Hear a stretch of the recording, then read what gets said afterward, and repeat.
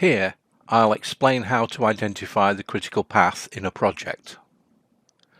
Let me start with an explanation of the notation I will use in the following diagrams. This picture represents one activity from a network showing the data we'll be using. In the center row is the activity identification information, the WBS code, and the description of the activity. I will use alphabetical codes in the example so that it is easy to refer to each activity in the network. The top and bottom rows present the data we will use to identify the critical path. In the center of the top row is the time duration of the activity, taken from the time estimates. The other data items will be explained as I work through the process. Here, I show an example project network showing 9 activities with interconnections between activities shown by arrows from left to right. Each activity has an alphabetical label or code shown in the middle row of each activity box. The activity name will remain blank throughout the example. The duration is shown in the middle of the top row of each activity. The project starts with activity A and ends with activity I. Before starting to explain the process, I need to explain the notation used for counting the duration of an activity. The picture shows a series of project periods. Let's assume the space between each vertical line indicates a day in the life of the project, counted by the numbers shown. The horizontal bar shows an activity of 4 days duration that finishes on day 4. The picture clearly shows that the activity finishes at the end of day 4. If we did not have this picture as a reference, and I tell you that the activity must complete on day 4, it isn't clear if that is at the start of day 4, or at the end, or some other time during the day. If instead we label the lines in between each day, the notation is very clear about exactly when an activity will start and finish. I will use this notation throughout this example. So if an activity finishes at 4, that is the line between 4 and 5, then the next activity will start at 4. That is the line between 4 and 5. Now let's return to the network.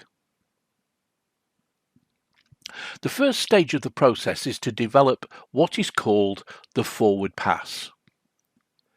This works from the start of the project, activity A, through each activity, determining when that activity will start and finish using the interdependencies between activities.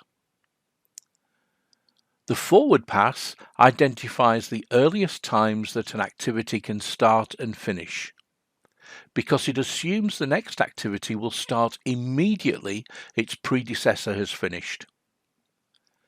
We will assume that the project starts at time 0, that is the beginning of the first period at the start of the project.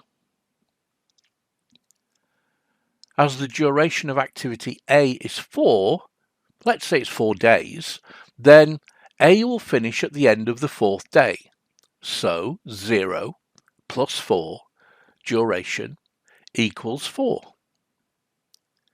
Remember, we are using the lines between days to identify start and end times. So each of the following activities, B, C, and D, will all start at time 4. And we can calculate their respective completion times shown in the diagram. As activity B ends at time 7, then the following activity F will start at time 7. However, we have a problem with the start time of activity E, which can only start once both activities C and D have completed. Activity E can only start when the latest of the preceding activities has finished. That is activity D. So E cannot start until time 10. H is straightforward, also starting after D is finished at time 10. Activity E finishes at 13. So G starts at time 13. And we can calculate the end times for F, G and H. Now I cannot start until the latest of F, G and H have finished.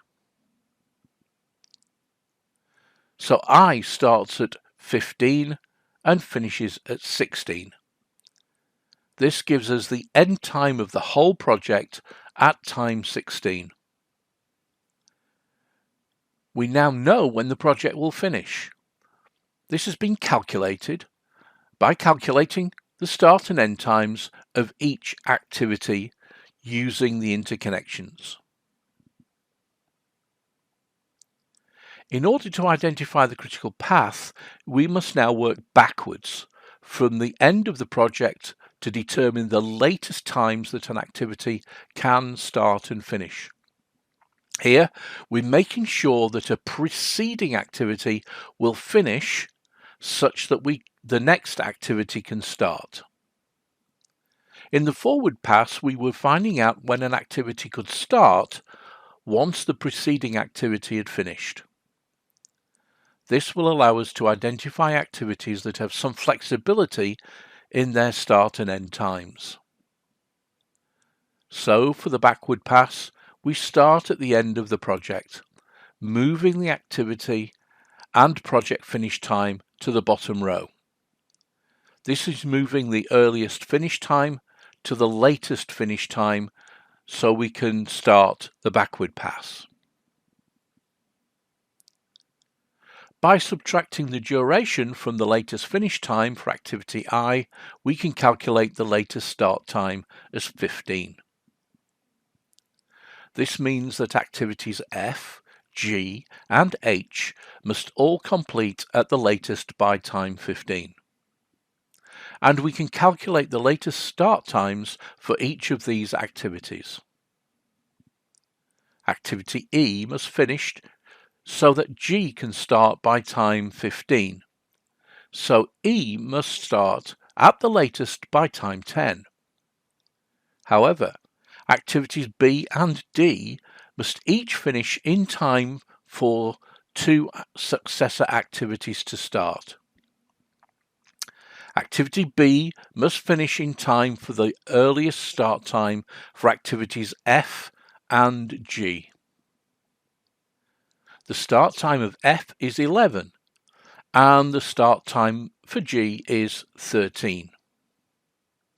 Therefore, B must finish at the latest by 11 so that activity F can start. Similarly, activity E must finish by time 10 so that activity E can start at time 10. So there is a gap between when activity D finishes and activity H can start. Activity C latest end time is 10, also in time for E to start. We can now calculate the start times for B, C and D. Activity A must finish in time for D to start at time 4. So we can complete the backward pass. Checking that activity A latest start is at 0 gives some confidence that the calculations are correct. Or we've made a similar mistake in the forward and backward passes.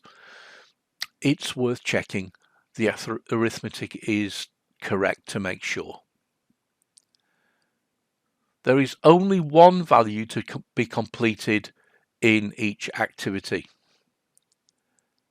This is the calculation of flexibility for the activity to be delayed without delaying the start of the next activity. This is called float or slack. We can calculate the float or slack by subtracting the earliest start time from the latest start time. For activity B, this gives float of 4. Or subtracting the latest start time from the latest end time for each activity. For activity B, this also gives a float of 4. Each of the calculations provide the same result because they are both linked by the estimated time duration of the activity. We can calculate float for each activity. We can see that some activities have a float of 0. That is, there is no difference between the earliest and latest times, and there is no float. When there is a line of activities with 0 float, this is called the critical path of the project. This identifies activities that, if they are delayed for any reason, will affect the end time of the project. There is no flexibility in between these activities to make up lost time. This is important management information that identifies key activities that must be carefully planned and managed to ensure there are no problems that can affect the overall project.